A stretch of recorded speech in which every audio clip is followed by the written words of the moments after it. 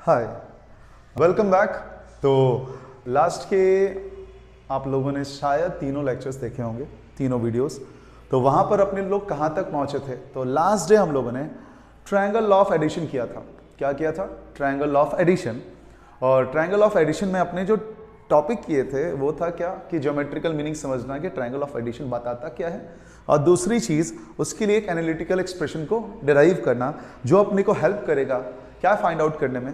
तो भैया अगर अपने को दो वेक्टर्स पता है, उनके बीच के एंगल पता है, तो उन दोनों का नेट इफेक्ट अगर एक बॉडी पर अप्लाई किया जा रहा है तो क्या होगा, that is it's resultant.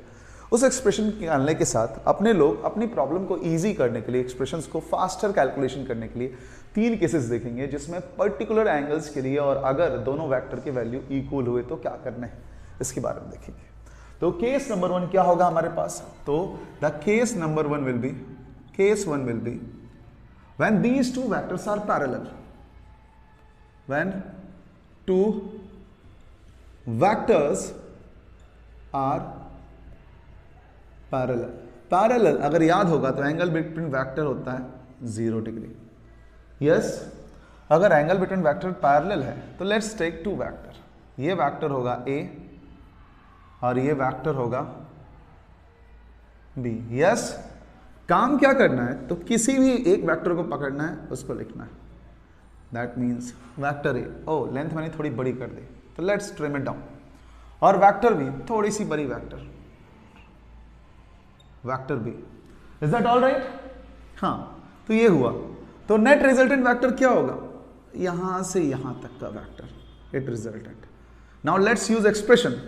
What was the expression? That is magnitude of resultant, magnitude of resultant equals under root magnitude of first vector का whole square plus magnitude of second vector का whole square plus 2 into magnitude of first vector into magnitude of second vector into cos theta. Theta is the angle between vectors. यहाँ angle between vectors क्या है? 0 degree. We will put 0. तो what will we get the answer? Cos 0 की value होती है 1. That means a square plus b square plus 2ab, and this is the expression of a plus b का whole square. That means magnitude of vector a plus magnitude of vector b का whole square, और under root लेंगे तो अपने पास आएगा resultant vector की magnitude आएगी a plus b, यानी सिंपल मैग्नीट्यूड की एडिशन हो जाएगी। यानी मैं सीधा 2 मीटर आगे जाऊं और फिर उसी पॉइंट से सीधा 3 मीटर आगे जाऊं तो टोटल मैं शुरू से अंत तक 3 + 2 5 मीटर आगे चला जाऊंगा, तो मैग्नीट्यूड विल बी एडेड। अब आगे सवाल ये आता है कि मैग्नीट्यूड ऐड होगा तो सर एंगल क्या होगा? तो अल्फा की एक्सप्रेशन याद होगी आपको, tan इनवर्स। अगर किसी को याद होगा तो मैं लिख रहा हूं a, नो, ऊपर a नहीं आता है, b sin थीटा आता है divided upon a plus b cos theta आता है, क्योंकि a के साथ हमने एंगल निकाली थी। यस, तो परपेंडिकुलर बाय बेस। सो इसमें अपने लोग थीटा की वैल्यू पुट कर देंगे। इसको बॉक्स के अंदर डाल दो ताकि आपको आसानी हो। अगर डाल देंगे तो क्या आएगा? गौर से देख के बताना। tan inverse b sin 0 degree upon a plus b cos 0 degree. Sine 0 की आंसर 0 आती है, न्यूमरेटर में 0 यानी पूरी एक्सप्रेशन 0, यानी tan इनवर्स 0 डिग्री। और tan थीटा 0 कब आता है? जब sin थीटा 0 आएगा। sin थीटा 0 कब आएगा? जब दोनों पैरेलल होंगे, यानी 0 डिग्री एंगल। तो अल्फा की वैल्यू आती है 0 डिग्री, यानी ए वेक्टर से 0 डिग्री बनाएगा। जरा देख लेते हैं, इस वेक्टर से ये वेक्टर कितनी एंगल बनाएगा? 0 डिग्री बनाएगा। तो दिस इज द केस 1। जब दोनों वेक्टर पैरेलल हों तो रिजल्टेंट की मैग्नीट्यूड कैसे आती है? रिजल्टेंट की मैग्नीट्यूड आती है हमारी हमेशा। रिजल्टेंट की मैग्नीट्यूड कैसे आएगी? तो भैया हम दोनों वेक्टर की मैग्नीट्यूड को ऐड अप कर देंगे, और मैग्नीट्यूड को ऐड अप करने के बाद और क्या करेंगे कि एंगल निकालने के लिए भैया उसी डायरेक्शन में रहेगा जिस डायरेक्शन में a और या फिर b होगी, हमारी रिजल्टेंट भी सेम डायरेक्शन में होगी। Is that clear? ओके, तो अपने लोग अब आएंगे केस नंबर 2 में। केस नंबर 2, जब वेक्टर के बीच में एंगल कितनी हो? ध्यान देके 90 डिग्री। उसमें 2 सब केस बनेंगे। सब केस 1 से स्टार्ट करेंगे। ओके, तो now let me erase that board. तो भैया मैं हूं थोड़ा निकम्मा, तो ये केस लिखा हुआ मैंने ऑलरेडी छोड़ दिया है, मैं बस इसके आगे क्या लिख दूंगा, केस 2। यानी दोनों वेक्टर क्या है, म्यूचुअली परपेंडिकुलर है। म्यूचुअली परपेंडिकुलर होने का मतलब 90 डिग्री दोनों के बीच की एंगल ऑफ द वेक्टर्स है। तो what will I do, case 2 equal to theta equal to 90 degree, that means the two given vectors, the two given vectors are perpendicular to each other, perpendicular to each other, perpendicular to each other। तो क्या what will be the resultant figure, that will be, हमारे पास दो vector है, ये vector B होगा और ये vector A होगा। What should I do? Let's come together। क्या करना चाहिए, तो अपने को इसमें क्या करना चाहिए, तो भैया अपने को पहले फिगर में ज्योमेट्रिकली करना होगा। A वेक्टर की को हमने ड्रॉ किया, सेम लेंथ ड्रॉ करना है और इसको पैरेलली डिस्प्लेस करके सेट कर दिया, तो दिस इज B वेक्टर। और फिर A से B यानी यहां से यहां तक अपनी थर्ड साइड क्या बताएगी, रिजल्टेंट बताएगी, और ये वाली अल्फा एंगल बताएगी A के रिस्पेक्ट में, जिसके लिए हमने एक्सप्रेशन फाइंड आउट किया था। यस, और ये एंगल बिटवीन वेक्टर्स क्या होगा भाई, 90 degree. What it should be, 90 degree. अब अपने लोग अगर आए यहां पर टू कैलकुलेट, तो अपना एक्सप्रेशन वही पुराना का पुराना, that will be under root magnitude of A का square plus magnitude of vector B का square plus 2 into magnitude of A into B cos angle कितना, 90 degree. Now the output will be A square plus B square plus 2AB। cos 90 की value क्या होगी, cos 90 अपना क्या आता है, cos 90 की वैल्यू आती है 0 सर इंटू 0। बाय गॉड यार, कुछ कमाल की चीज आई, देखते हैं क्या आती है, a square plus b square. अगर अपने लोग पाइथागोरस थ्योरम का यूज करते, that is base square plus perpendicular square, then we would have got this third side. क्यों, क्योंकि दोनों के बीच में एंगल कितनी है, 90 डिग्री है। तो भैया जब भी 90 डिग्री की एंगल वाली दो वेक्टर्स आए, तो अपने को डायरेक्टली पाइथागोरस थ्योरम अप्लाई कर देना है, अपने को रिजल्टेंट की मैग्नीट्यूड डायरेक्टली पता चल जाएगी, कैलकुलेशन में टाइम बचेगा। ये कॉस साइन टैन आपको गेम बार बार नहीं खेलना पड़ेगा। अगला आता है कि ये अल्फा कैसे आएगा, तो ऑब्वियसली बचपन वाली क्लास 10th की एलिमेंट्री अपने ने पढ़ी है, क्या, ट्रिग्नोमेट्री। लेकिन फॉर्मूला का भी यूज करके देखते हैं कि भैया ये जो एक्सप्रेशन मैंने निकाला वो काम करता है कि नहीं करता है। तो that will be sine theta upon a plus b cos theta. Let's apply it and say it. तो एंगल तो ऑलरेडी 90 डिग्री है, तो tan inverse b sine 90 degree upon a plus b cos 90। Sine 90 कितना आता है 1, cos 90 कितना आता है 0। Let's put it tan inverse b by a. ओ भाई अगर ध्यान से देखो तो इस एंगल का कोई tan थीटा निकालने बोले आपको, आप क्या करोगे, perpendicular by base, same result आया। यस, तो अल्फा डिग्री यानी a के रिस्पेक्ट में एंगल कितना आएगा, tan inverse b by a. ये कौन सी एंगल है, angle with respect to vector a. Is that all right? Yes, तो ये हमारा केस ए होगा, सब केस ए। अब एक पर्टिकुलर केस है, अगर कोई बोल दे कि इतनी ही लेंथ की इधर भी है, इतनी ही लेंथ की इधर है, तो अल्फा की वैल्यू बताओ उस यूनिक केस में और मैग्नीट्यूड बताओ। तो उसके लिए क्या करेंगे, उसके लिए अपने लोग स्क्वायर को इमेजिन करो। स्क्वायर का ये साइड बराबर होता है, उसकी डायगोनल क्या होती है, वहां से तुरंत खत्म हो जाएगा। तो वहां आंसर आपने पढ़ा होगा √2 है। चलो करके देखते हैं। यस, तो अभी बोर्ड क्लियर करूंगा मैं। ओके, केस 2 का बी वो ए था, यहां theta equal to 90 degree. Yes, and modulus of a equal to modulus of b, यानी magnitude of a equals to magnitude of b equal to, मैं एक नंबर से रिप्रेजेंट करता हूं ए। क्लियर है? अब चलो, एक वेक्टर ऐसा, इसका लेंथ क्या है ए, एक वेक्टर ऐसा ओ, इसका लेंथ क्या है a. What should I do? तो मैं सिंपल ज्योमेट्रिकल वे से पहले ए और ए, ये भैया होगा हमारा रिजल्टेंट। ओ भाई क्यों यहां मॉड्यूलस क्यों मार रहा है? और इसके बीच में एंगल कितनी होगी? 90 डिग्री। सिंपल। तो resultant vector, what will be the resultant vector? Now tell me, resultant vector होगा under root a square plus a square plus 2a into a cos 90, यानी resultant vector will be under root 2a square that will equal to a into root 2। That will be the, बिल्कुल वही आया जो बचपन में करके बैठे हुए थे हमने। और ये अल्फा क्या आएगा? तो alpha will be tan inverse b sin theta upon a plus b cos theta.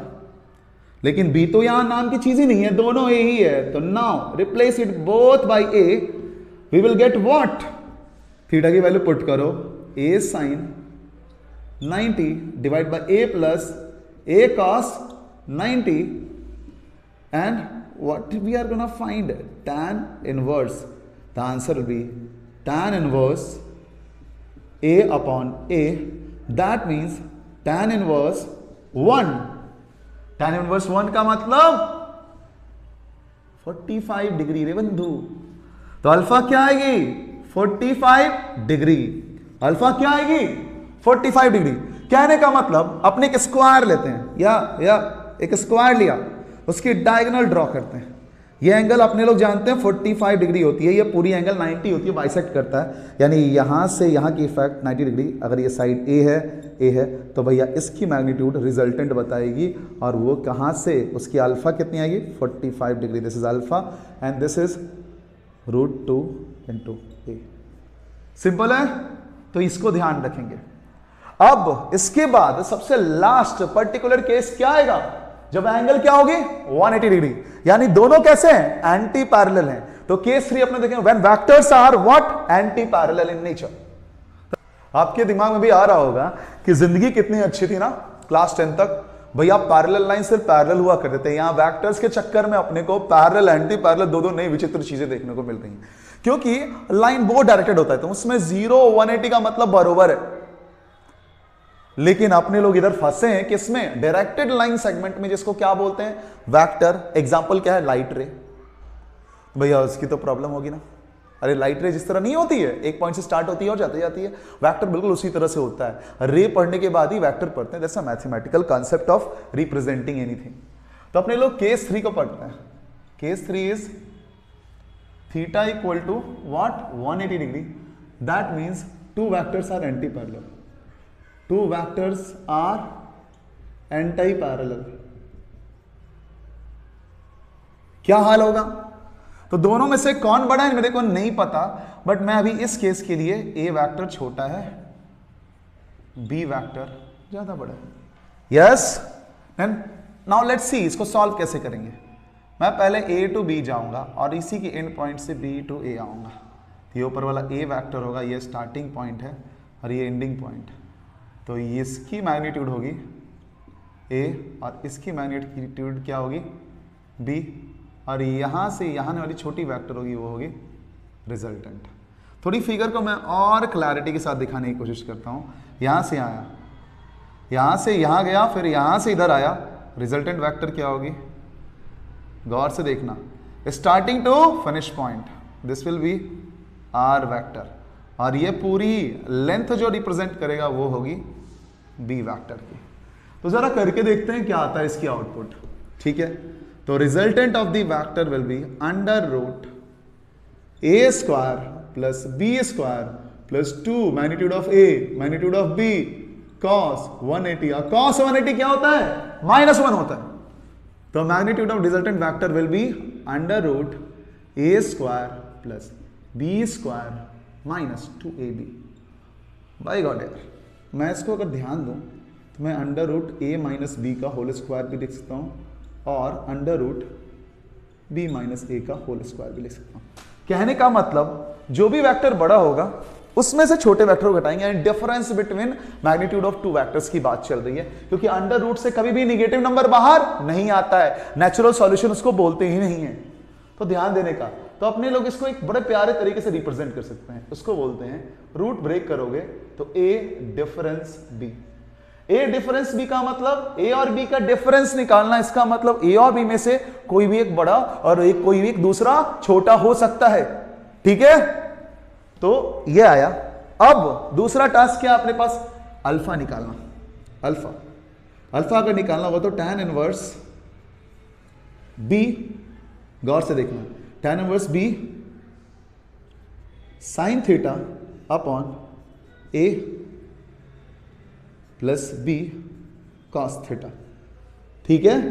अब अपने लोग 180 डिग्री इसमें फीड कर देते हैं, b sine 180 degree yes upon a plus b cos, ध्यान देना a plus b cos 180 degree. अब कॉस 180 डिग्री का आंसर क्या आएगा, कोई बता सकता है क्या? साइन 180 डिग्री का तो सबको पता होगा ना, साइन 180 डिग्री का क्या होता है, गौर से बताना, साइन 180 डिग्री का क्या होता है, कोई बता सकता है? अरे जो साइन 0 का होगा वही 180 डिग्री का होता है, दैट इज 0। तो यहां आता है tan इनवर्स 0, यानी सीधी डायरेक्शन में ही रहेगा, चाहे इधर या इधर। तो that means alpha equal to 0 degree. जरा गौर से देखना, यहीं पर लोग मार खा जाते हैं, ये a और b पर डिपेंड करेगा कि किससे 0 डिग्री बना रहा है। लेकिन यहां पर मैं a के रिस्पेक्ट में बोल रहा हूं, लेकिन आप गौर से देखोगे तो वेक्टर इस तरफ है और इस तरफ है, 180 डिग्री भी हो सकता है।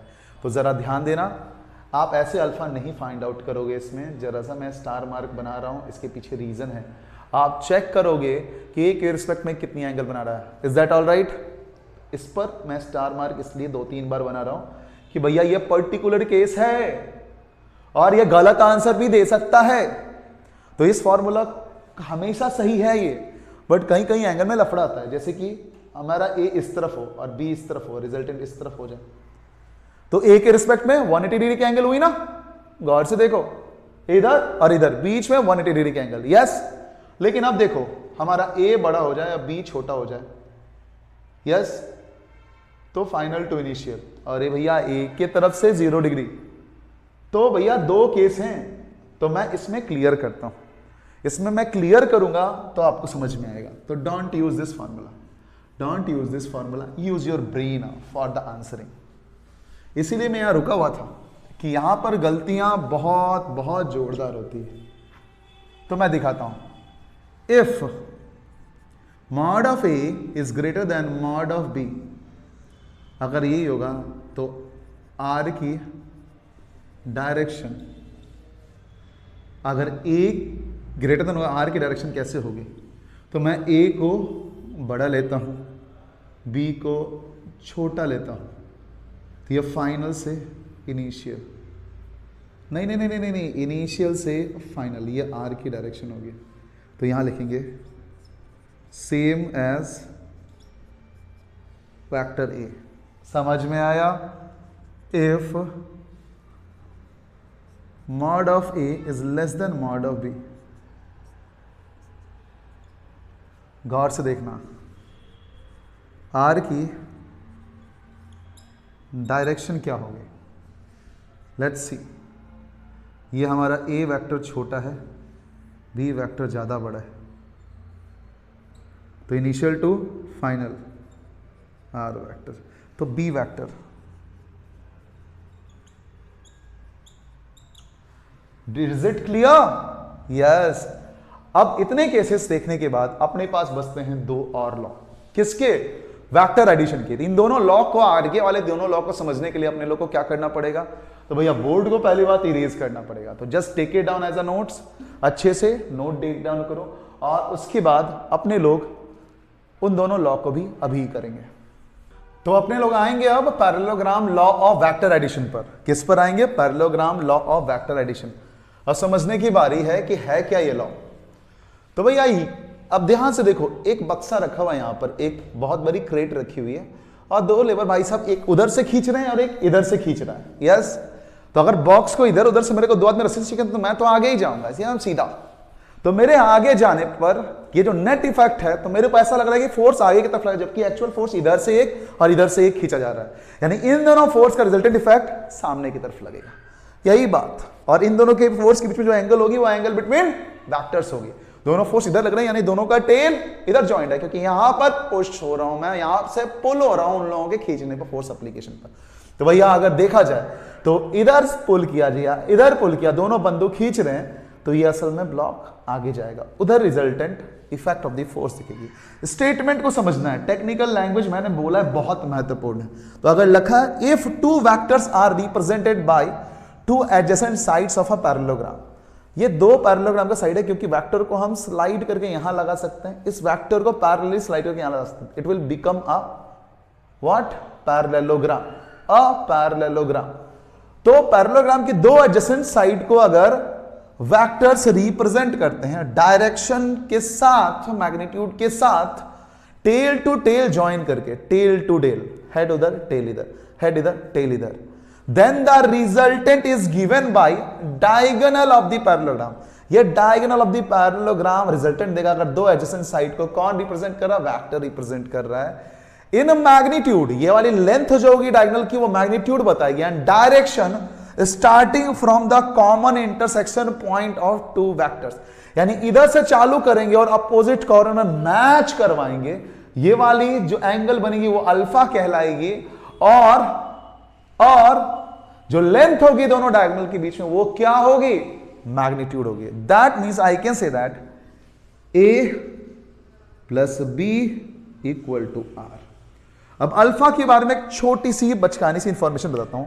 मानो कि इधर वाला फोर्स मेरे को ज्यादा खींचे, इधर वाला कम खींचे, तो मेरा चांस होगा इस तरफ स्टैगर होकर मूव करने का, यानी रिजल्टेंट वेक्टर इस तरफ रहेगा तो अल्फा, ये रिजल्टेंट झुका रहेगा डोमिनेंट वेक्टर की तरफ, ये होता है।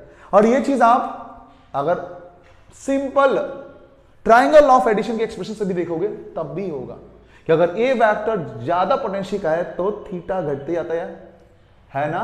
और दूसरी चीज क्या होगी, गौर से देखना, दूसरी चीज क्या होगी कि अगर बी वेक्टर ज्यादा डोमिनेंट है तो ये वेक्टर शिफ्ट होगा बी की तरफ, यानी अगर ये ज्यादा जोर से खींचेगा तो ये इस तरफ मूव करने की चांस बनेगी।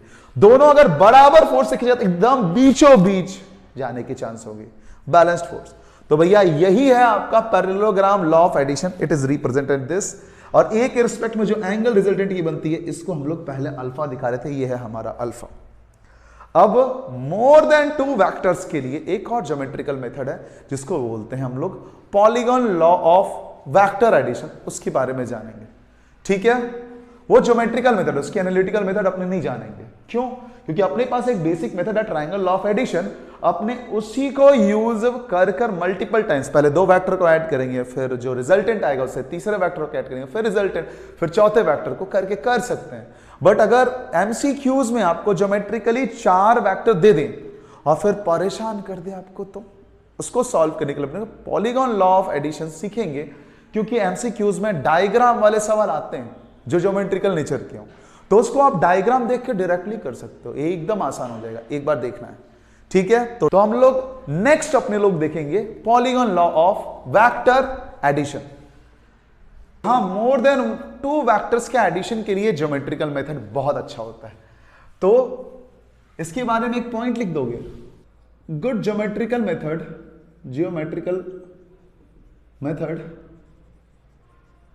For more than 2 vectors. कैसे करेंगे समझते हैं। चलो अपने लोग 4 वेक्टर लेते हैं, एक वेक्टर मैंने ए लिया, चलो इधर ही ए लिखते हैं, आप लोग की आदत होगी। इधर वी वेक्टर लिया, सी वेक्टर लिया, डी वेक्टर लिया। हो, ये 90 डिग्री पर था ना, मेरे का मूड था 90 बनाने का, बन कुछ और गया। फिर चलो ये डी वेक्टर ऑलमोस्ट 90 है। अब कोई बोलेगा इन चारों का इफेक्ट ऐड करके रिजल्टेंट बताओ, तो सिंपल अपने ने जो 3 प्रॉपर्टी में से पहली प्रॉपर्टी जो देखी थी वो क्या था वेक्टर्स की, कि भैया वेक्टर को आप क्या कर सकते हो, पैरेलल स्लाइड कर सकते हो। ठीक है, तो उसको देखेंगे। वेक्टर को पैरेलली स्लाइड करना मतलब अपने ए वेक्टर को ऐसे ही रखेंगे, ये है अपना ए वेक्टर। साइज मैंने बड़ी कर दी है तो साइज ऑलमोस्ट बराबर करने की कोशिश रहेगी, समझना ये ए वेक्टर है। उसके बाद मैं बी वेक्टर को लेके आऊंगा, तो ये अपना बी वेक्टर है, यानी उसके टेल को इसके हेड से अटैच करना है, तो दिस विल बी द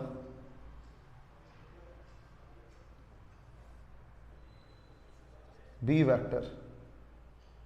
ये ए और बी की वेक्टर एंगल होगी। ठीक है, अब बी वेक्टर आ गया तो रिजल्टेंट ए और बी का क्या होगा, इसको बोलेंगे r a b, resultant of a और बी वेक्टर। उसके बाद अपने को पता है कि ये वाली वेक्टर है, ये वेक्टर को खींच के अपने लोग सेम एंगल इधर ले आएंगे, दैट इज ये क्या हो जाएगा, थोड़ी सी लेंथ में एडजस्ट कर रहा हूं, सी वेक्टर। तो ए बी और सी तीनों को ऐड करने का रिजल्टेंट यह है, रिजल्टेंट ए बी सी, और फिर लास्ट वेक्टर का टेल इसके हेड से मैच करवाएंगे and that will be our what vector, d vector. और भैया यहां से अपने लोग सिंपली करेंगे तो ये होगा resultant of what, a b c d, और ये एंगल होगी फर्स्ट वेक्टर के रिस्पेक्ट में इसकी angle. This is quite simple.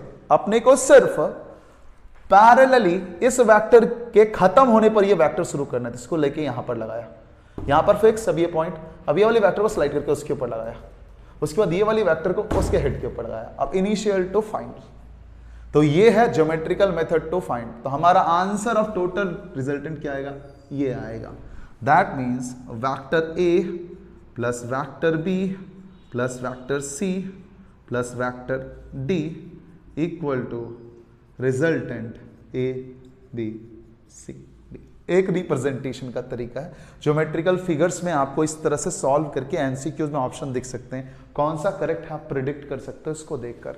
ठीक है, अब अपने लोग कुछ प्रॉपर्टीज देखेंगे। हर एक बार कोई मैथमेटिकल ऑपरेशन करते हो, चाहे वो एडिशन हो, सब्ट्रैक्शन हो, डिवीजन हो, मल्टीप्लिकेशन हो, कुछ प्रॉपर्टीज आप देखते हो, अपने लोग उसी प्रॉपर्टी को ध्यान देंगे। उस प्रॉपर्टी को बोलते हैं commutative law of addition, associative law of addition. इन सारे प्रॉपर्टी को अब हम आगे देखेंगे। ठीक है, तो now we will see the different properties of what addition, vector addition. Vector addition की अपने लोग कुछ प्रॉपर्टीज देखेंगे। पहला होता है कम्यूटेटिव लॉ ऑफ एडिशन, बचपन से देखते आए होंगे। Vector a plus vector b equals vector b plus vector a. थोड़ी ज्योमेट्रिकली तरीके से अपने लोग मोटिवेट करते हैं कि भैया हाँ ये सही है या गलत है, देख चेक कर लेते हैं। एक वेक्टर मैंने इधर उठाया, दिस इज वेक्टर ए, और एक वेक्टर मैंने उठाया इधर, दिस इज वेक्टर बी। अपने को इसकी एडिशन करनी है, we have to add this. तो एक काम करते हैं, ए को बी के साथ जोड़ते हैं। ये लिया ए अपना आया, ओ भैया घूम के क्यों जा रहे हो, सीधे जाओ। ये ए आया और ये आया अपना बी, तो ओवरऑल ये क्या आएगा, रिजल्टेंट ए डी। ठीक है, ओके। अब दूसरा क्या हो सकता है, दूसरा तरीका होता है बी को, तो मैंने बी को ऐसे रखा, यस, फिर ए गया, बी को पहले रखा, फिर ए गया, तो बी थोड़ा सा ज़्यादा झुका हुआ है, बी ए। तो गौर से देखना क्या होगा, रिजल्टेंट। तो ये है बी और ये ए, तो बी प्लस ए और ये ए प्लस बी। भैया गौर से देखोगे तो एक पैरेललोग्राम बन रहा है, हाफ पोर्शन इधर है, हाफ पोर्शन इधर है, दोनों को ज्वाइन कर दोगे डायगोनल आ जाएगा। कहने का मतलब क्या है, मैं अगर इसी को थोड़ा दिखा दूं तो मैं ऐसे दिखा सकता हूं, ये है बी, छोटा सा ए, और भैया AC B को घसीट के मैं इधर ले आऊँ, ये हो गया B, और इसी को ऊपर लेके चल जाऊँ, ये हो गया A। तो ये भैया अपना रिजल्टेंट देगा, यस। अगर देखें तो B प्लस A या A plus B, both will give same resultant. What will do they will give same resultant. So एक वेक्टर A के साथ B को जोड़ो या वेक्टर B के साथ A को जोड़ो, अपने को दोनों में रिजल्ट क्या मिलेगा, सेम मिलेगा। और AC को एडिशन में कहते थे तो कम्यूटेटिव लॉ ऑफ एडिशन, लेकिन इधर वेक्टर है तो वेक्टर में भी ये लॉ फॉलो होगा। सेकेंड लॉ क्या होता है, उसको बोलते हैं associative law of vector addition. क्या बोलते हैं उसको, associative law of vector addition. लेकिन भैया बोर्ड पर तो जगह नहीं है, तो क्या करें, इसको इरेज करना पड़ेगा। तो अपने इरेज करेंगे और उसके बाद अगला देखेंगे associated law of vector addition. तो नंबर 2 क्या आएगा, number 2 is associative law of vector addition. Statement क्या है, सबको पता होगा, वेक्टर A से पहले B को जोड़ देते हैं और जो आंसर आएगा उसमें C को जोड़ेंगे, वो बराबर होना चाहिए। अगर A को अकेला रखें और B और C को जोड़ के आइसोलेट करके करना है। दिस इज, एक बार चेक कर लें सही है कि नहीं है। तो चलो 3 वेक्टर लेते हैं अपने लोग, एक ही बॉडी पर 3 वेक्टर अप्लाई हो रहे हैं। ये लो भैया अपने लिए, ये A वेक्टर ठहरा, ये B वेक्टर ठहरा, ये C वेक्टर ठहरा। पहले बार काम करते हैं, A और B को जोड़ लेते हैं तब C को जोड़ते हैं। कर लें तो करते हैं। सबसे पहले A प्लस B करना होगा, तो ये वेक्टर A है, लेंथ सेम रखना है भाई। ओ भाई लेंथ छोटा हो गया, लेट डू वन थिंग, अब बराबर हुआ होगा, हाँ हाँ थोड़ा बड़ा। अब B सेम एंगल, पैरेलली इसको घसीटेंगे, यहां पकड़ा, घसीटते हुए इधर लाया, तो व्हाट हैपेंड, आ गया जा, एंगल गलत है भाई। देखो आंखों से एंगल बनाना दुनिया का सबसे अच्छा काम है, सीख जाएगा लोग। A प्लस B, अब रिजल्टेंट क्या आएगा, यहां से यहां इफेक्ट, तो ये आएगा A प्लस B, ये वेक्टर आ गया। अब अपने एडिशन में जानते हैं कि A प्लस B आ गया, तो अपने को इसी के हेड पर तीसरा वेक्टर का टेल डालना पड़ेगा, यानी इधर लिया, इसको घसीट के ऐसे रखा, is that right, that is C vector. और भैया इनिशियल पॉइंट यहां से जाते हुए यहां, तो ये वेक्टर क्या देगा अपने को, A plus B addition C, यानी A प्लस B किया फिर C किया, ये वाली वेक्टर है। अब अपने लोग राइट हैंड साइड वाला काम करते हैं, पहले B और C को ऐड कर लेते हैं। तो B और C को कैसे ऐड करेंगे, तो देखते हैं ना, देख लेते हैं, देखने में ज़्यादा मजा आता है लोग को। तो ये B वेक्टर, ये B वेक्टर हो गया, और जस्ट उसके ऊपर थोड़ी सी हायर एंगल पर C वेक्टर, ये है B वेक्टर और ये C वेक्टर। तो ये क्या आएगा, ओ भाई B प्लस C वेक्टर आ जाएगा क्या, अरे रे रे, मेरी ड्राइंग स्किल बहुत अच्छी है। हाँ तुम लोग भी ऐसे करना, मत करना ऐसे, that is B plus C। अब B प्लस C वेक्टर आ गया, अब उसमें A ऐड करना है, that is A vector.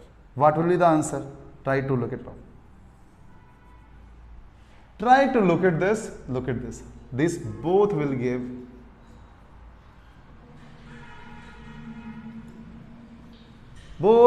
the same output। यानी किसी भी ऑर्डर में आप ऐड करो, चाहे किसी भी दो को क्लब करके करो, you will get same output। समझ में आया। तो ये है हमारी कौन सी लॉ, एसोसिएटिव लॉ। ये दो लॉ वैलिड हैं वेक्टर में भी, these two are the properties of the vector. तो कभी भी एक्सप्रेशन जंबल अप करके दे, कंफ्यूज बिल्कुल नहीं होना है, ये दोनों लॉ। और आज के वीडियो के लिए बस इतना ही। इन पर बेस्ड प्रॉब्लम, यानी कहां पर आप विदाउट एनालिटिकल फॉर्मूला यूज किए भी सिर्फ और सिर्फ ज्योमेट्रिकल बेसिस प्रॉब्लम सॉल्व कर सकते हो, इसको अपने देखेंगे, लेकिन कब, नेक्स्ट क्लास में। तो तब तक के लिए आप अच्छे से रिवीजन करके रखो। Next class will be totally problem oriented, 100% अपने लोग प्रॉब्लम पर देखेंगे, जो अपनी नेक्स्ट क्लास होने वाली है। नेक्स्ट वीडियो में सिर्फ और सिर्फ 7 से 10 problem, may be some analytical concept पर बेस्ड हो, सम ज्योमेट्रिकल कॉन्सेप्ट पर बेस्ड हो, और कुछ दोनों से बनेंगे। लेकिन अपने को ध्यान ये देना है कि अपने को फोकस पॉइंट पर रखे रहना है कि हम किसी भी वे में लेस टाइम में अच्छे से सवाल कर सकें। दूसरा, we are able to represent that concept on the paper. अगर आप उस कॉन्सेप्ट को पेपर पर रिप्रेजेंट नहीं कर पा रहे हो तो आप जानो आपकी एकेडमिक्स इफेक्ट होगी। और कंपटीटिव एग्जाम के में एकेडमिक्स की भी कंडीशन अब ऐड हो रही है, तो दिस इज मैंडेटरी कि अपनी एकेडमिक्स भी अच्छी रखो, otherwise there is no chance of career.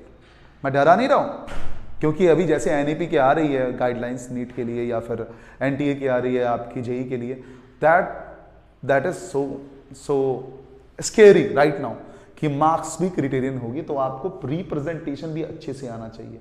Is that right? और इसी के साथ आज के लिए बस इतना ही, मिलते हैं अपने लोग नेक्स्ट वीडियो में। बाय।